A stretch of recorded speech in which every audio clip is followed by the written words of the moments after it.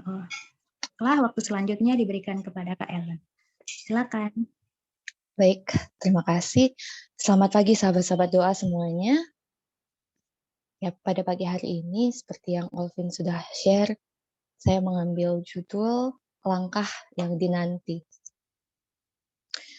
Nah, satu sharing yang ingin saya bagikan adalah waktu saya baca-baca kembali, kira-kira apa yang menggambarkan hidup saya dulu. Saya lihat di Lukas 18. Dan di situ saya benar-benar lihat, nah ini dia. Sahabat-sahabat doa mungkin masih ingat, ada 2 doa yang sedang disandingkan di Lukas 18, yaitu doa pemungut cukai dan doa orang Farisi. Nah, pemungut cukai berdiri jauh-jauh dan menyatakan ketidakpantasannya, sementara orang Farisi menganggap bahwa dirinya itu tidak berkebutuhan apa-apa lagi secara spiritual. Katanya, saya bersyukur saya tidak seperti orang ini, saya membayar perpuluhan, saya berbuat ini, saya tidak berzina, saya tidak merampok. Dan itulah kehidupan saya ya. Sebagai generasi ketiga, Kristen waktu itu menjalankan juga hari Sabat, kemudian tidak melakukan, tidak merokok, tidak minum minuman keras. Saya merasa saya cukup baik dan, ya, saya tidak sadar bahwa sebenarnya saya sedang ada di ujung jurang. Kenapa? Karena saya sedang seperti koin yang hilang, saya sedang hilang di dalam gereja. Dan itu adalah satu hal yang orang lain mungkin tidak bisa jangkau karena tidak bisa terdeteksi apa kekurangan saya. Nah, tapi dari situ saya bisa saksikan bagaimana Tuhan tidak melepas saya sebagai orang muda. Dari SD, SMP, SMA, saya ikut kegiatan tapi biasanya apatis, yang penting hadir untuk ketemu teman-teman, seperti itu. Yang penting aman dan nyaman. Dan, waktu ada orang berbicara di depan, berbagi ya, lalu mereka share kesaksian tentang hubungan dengan Kristus, tentang bagaimana Tuhan gunakan mereka, bersemangat sekali dan itu, menggelitik di hati saya. Kok, saya lurus-lurus aja seperti itu. Ada rasa iri lah ibaratnya. Tapi ternyata puji Tuhan, mmm, Tuhan terjemahkan rasa iri dan mungkin saya sempat bergumam dalam hati sebagai doa bahwa, eee, "Tuhan, saya mau merasakan hal ini juga, saya mau mengalami mengalami Engkau." Dan Tuhan pegang dan tarik saya. Jadi setelah SMA di usia 19 waktu itu, saya ikut satu pelatihan medical missionaris, bukan karena saya rasa kebutuhan, tapi karena saya mampu. Waktu itu orang tua saya yang anjurkan, saya pikir, "Ah, bolehlah, kayaknya bisa dilewati," gitu.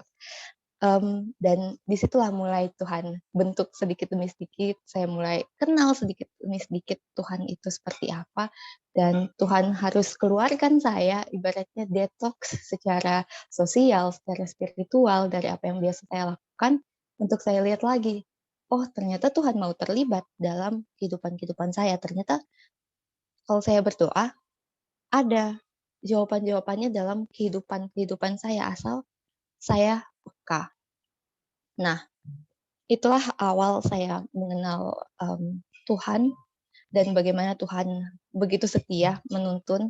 Mungkin sahabat-sahabat kita ada yang mengenal setelah 10 tahun Tuhan ikuti, setelah 19 tahun Tuhan ikuti, setelah 30 tahun mungkin Tuhan ikuti, dan waktu saya sadar itu, di usia 20, pokoknya ada satu event dan saya benar-benar ingin, "Aduh Tuhan, tuntun saya ke depan." Nah, tahun 2012, di situlah saya mulai kenal IYC. Jadi, sebagai orang muda ya, kalau misalnya selesai menjalani sesuatu itu di detik-detik terakhir setelah sekolah, habis ini mau kuliah, lanjut jurusan apa, atau setelah kuliah, habis ini mau kerja, lanjut, kerjaan apa. Nah, itu kita, saya pribadi rasanya kayak lagi naik roller coaster. Mengapa? Karena saya bukan orang yang, sudah punya plan untuk kehidupan saya. Setelah ini saya sudah tahu saya mau ke sini, saya, sudah kuat saya akan ambil ini, baru ke sini. Saya benar-benar blank setelah itu, saya mau kemana Tuhan? Dan jujur saya merasa insecure akan hal itu. Tapi, saya seperti lagi naik roller coaster dan ini lagi tanjakan ke atas, saya tahu sedikit lagi akan ada turunan tajam, gitu. Itulah yang saya rasakan.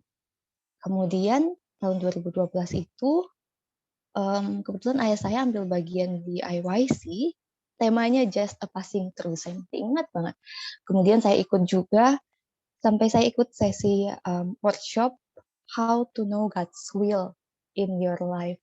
Karena tuh saya nggak tahu abis dari pelatihan ini saya mau kemana, kalau mau kuliah ambil jurusan apa, atau mau lanjut kerja, kerja kemana seperti itu. Nah, singkat cerita, di hari-hari terakhir, ada satu panggilan. Saya ingat saya duduk di barisan mungkin kedua atau ketiga dari depan. Kebetulan waktu itu masih offline, kemudian panggilan oleh pembicara di depan ini, dia ajak maju, perwakilan dari 5 ministry yang ada di Indonesia. Lalu setelah itu dia, 5 ministry itu ada di depan, dia ada di depan, dia adakan panggilan. Dia, panggil waktu itu orang-orang muda yang tahun depan mau melayani 100% untuk Tuhan di 5 ministry ini, gitu. Wah, 1 menit, 2 menit, belum ada orang yang maju satupun, dan saya bergumul di tempat duduk. Mengapa? Karena, iya tepat, saya akan ambil keputusan itu ya setelah bulan Desember itu, nanti tahun yang akan datang kan. Lalu saya mulai bergumul dalam hati, Tuhan, saya kan sudah habis pelatihan medical missionaries nih, jadi saya nggak usah lagi panggilan ini, kan sudah gitu. Lalu ada lagi, suara yang lain katakan, "Justru karena kamu mau ikut pelatihan makanya kamu, ambil panggilan ini." Wah, dalam perdebatan batin itu, saya akhirnya ambil keputusan, "Oke, saya dari tadi sudah pengen ke toilet. Nanti saya keluar ke toilet, setelah, dari toilet kalau panggilan ini masih ada, saya maju." Gitu. Nah, kemudian, akhirnya dari bangku ketiga yang ke depan itu, sebenarnya bisa maju aja, saya mundur ke belakang, lalu di samping kiri saya pintu keluar, di samping kanan saya ada karpet, terus ke mimbar depan. Saya udah ada di titik itu. Nah, untuk ke toilet itu keluar ruangan, jadi lewat kiri. Itu saya masih bergumul, jalan, sampai di titik itu, waktu saya mau ke kiri, kaki saya mengarah ke kanan. Ke kanan itu berarti maju ke panggilan itu. Dan saya ingat di situ, di depan ada 2 orang pria dan saya wanita pertama di barisan yang paling depan. Lalu, saya nggak lihat lagi ada berapa orang yang ikut saya di kiri dan kanan, saya cuman bisa tutup mata, "Tuhan, Tuhan tolong," gitu ya. Mmm, dan, panggilan itu, pembicara itu katakan, "Ini adalah barisan pertama yang akan melayani Tuhan, full time." Lalu barisan kedua adalah dia panggil lagi mereka yang mau melayani Tuhan di, mmm, perkuliahan atau di tempat kerja, seperti itu. Yang barisan ketiga adalah mereka yang mau melayani Tuhan, mmm, mungkin bukan dengan diri, tapi dengan, sumber daya mereka. Apakah, dengan mobil, dengan uang, seperti itu, 3 baris. Dia bilang, "Tuhan, saya boleh mundur ke belakang aja nggak, ke barisan kedua? Mungkin saya harus lanjut kuliah setelah ini," gitu. Nah, tapi singkat cerita, itu saya nggak pernah bisa lupakan. Akhirnya saya, mmm, dalam pergumulan itu, disingkatkanlah pilihan saya menjadi 5 ministry yang ada di depan. Dan waktu itu saya ada di Jakarta, mmm, akhirnya saya masuk ke ministry yang ada di Jakarta, ministry kesehatan yang ada di Jakarta, dan, kedua adalah bagaimana Tuhan ubahkan lagi setelah dari situ, karena, saya tahu di Jakarta itu lowongannya yang saya tahu adalah, jaga toko. Tuhan, masa jaga toko sih? Dalam hati saya seperti itu. Terus, oh iya, begini-begini dan lainnya. Jadi saya banyak pertimbangan setelah itu, masih dengan kepongahan ya, walaupun Tuhan mulai kikis sedikit-sedikit, tapi itu masih ada. sampai akhir-akhirnya mendekati, waktu-waktu itu akhirnya doa saya berubah dari yang, "Tuhan saya bisa ini, tolong tunjukkan pekerjaan atau pelayanan yang sesuai dengan kemampuan saya." Masih saya yang pusatnya. Terus akhirnya, doa saya berubah, doa saya jadi, "Tuhan, kemanapun Tuhan mau lempar, yang penting Tuhan ada bersama-sama dengan saya, sok, saya yakin saya pasti sanggup," gitu. Dan Tuhan luar biasa, Tuhan pasti bisa menyanggupkan. Dan akhirnya saya ambil, pelayanan yang di Jakarta itu, mmm, istilahnya jaga toko, tapi waktu hari pertama saya masuk saya kaget karena semua yang saya pelajari waktu itu di pelatihan misioneri saya suka sekali, pelajaran tentang nutrisi. Dan waktu saya datang ke toko yang saya pikir, "Aduh, waktu kelas nutrisi ini nggak mungkin ada biji-bijian ini di sini, nggak mungkin ada kacang-kacangan ini di sini." Waktu saya lihat semua yang saya pelajari, bahkan lebih dari yang saya pernah hafalkan waktu itu, ada di toko makanan itu. Dan, itu jadi kesempatan saya untuk share ke orang lain apa yang sudah saya pelajari. Dan saya juga belajar banyak dan saya bertumbuh sepanjang 1,5 tahun pelayanan di situ. Singkat cerita, Tuhan selalu tuntun, keputusan demi keputusan kehidupan. Dan saya bisa rasakan yang awalnya mungkin saya pikir, Tuhan nggak ada, nggak terasa, tapi ternyata butuh kepekaan, butuh kerendahan hati. Kita bisa lihat Tuhan tuntun sedikit demi sedikit sampai saya, kuliah dan kembali lagi ke Indonesia, saya dipertemukan lagi dan saya nggak pernah lupa apa yang, saya alami waktu conference dengan IYC pertama 2012. Saya percaya bahwa, mmm, Tuhan gunakan IYC bukan karena IYC hebat, tapi karena IYC bersedia untuk jadi, wadah untuk memenangkan orang-orang muda khususnya.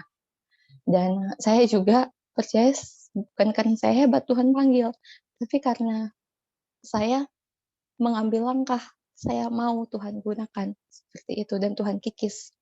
Saya ingat dalam, Yeremia 31 ayat 3, katakan bahwa, "Aku mengasihi engkau dengan kasih yang kekal." Kalau bahasa Inggrisnya kelanjutannya adalah, "And with loving kindness have I drawn thee." Dan dengan kasih itu saya menarik engkau. Hanya dengan kasih dapat memenangkan kasih saya karena Tuhan lebih dulu gitu. Dan ya,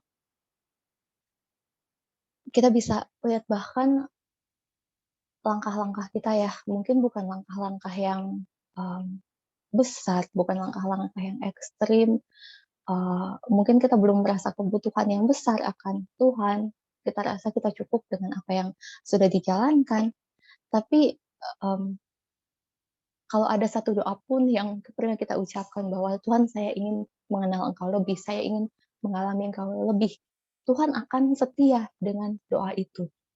Saya ingat, bukan cuma doa saya, tapi nenek-nenek saya itu dari mama, dari papa, mereka mau tidur malam, mau bangun pagi, mereka selalu doakan semua cucu-cucunya agar tetap dalam kebenaran. Saya rasa salah satu doa pengantara itu yang menarik saya dalam kepongahan bisa mengenal Kristus. Dan, satu gerakan jari kelingking saya saja yang berkata, "Tuhan, saya mau diselamatkan, saya mau mengenal Engkau lebih," Tuhan tetap akan kejar. Jadi, pada pagi hari ini yang ingin saya bagikan kepada teman-teman semuanya, saya mengucap syukur karena di dalam Tuhan, dalam mengalami akan Tuhan lebih ini, dalam satu langkah iman yang, saya buat mungkin baby step langkah kecil sekali, tapi Tuhan tangkap saya. Tuhan tidak pernah tinggalkan saya. Dan sukacita terbesar saya kenal nilai saya di dalam Tuhan, saat saya kenal bahwa saya tahu saya tidak sendiri dalam mengambil keputusan, dalam menetapkan tujuan, saya nggak bisa gantikan itu dengan hal yang lain, damai dan pengharapan yang saya dapatkan. Semoga ini boleh menjadi, penguatan bagi kita semua, sahabat-sahabat, bahwa doa sekecil apapun, bahkan keinginan hati Tuhan dengarkan, Tuhan begitu setia. Dan doa pengantaraan yang mungkin kita lakukan, Tuhan tidak pernah anggap itu sepele. Terakhir, setiap langkah kecil yang kita langkahkan, Tuhan siap untuk menuntun menjadi langkah-langkah lebih besar lagi. Dan semoga sharing saya pada pagi hari ini boleh menjadi penguatan bagi kita semua. Tuhan memberkati kita. Amin. Kak Ellen boleh tutup dalam doa? Baik, mari kita tunduk kepala, kita satu dalam doa. Bapa kami dalam kerajaan surga, kami mengucap syukur karena kami memiliki Allah yang begitu besar, namun mau datang dan mau terlibat bahkan dalam setiap detail kehidupan anak-Mu ya Tuhan. Bapa, terima kasih untuk kesempatan berbagi pada pagi hari ini, karena hamba-Mu sendiri diingatkan lagi bagaimana Engkau begitu setia. Bapa, saat ini jika ada yang bergumul dalam mengambil keputusan-keputusan kehidupan, kiranya Engkau saja yang boleh menuntun dan menguatkan imannya Tuhan.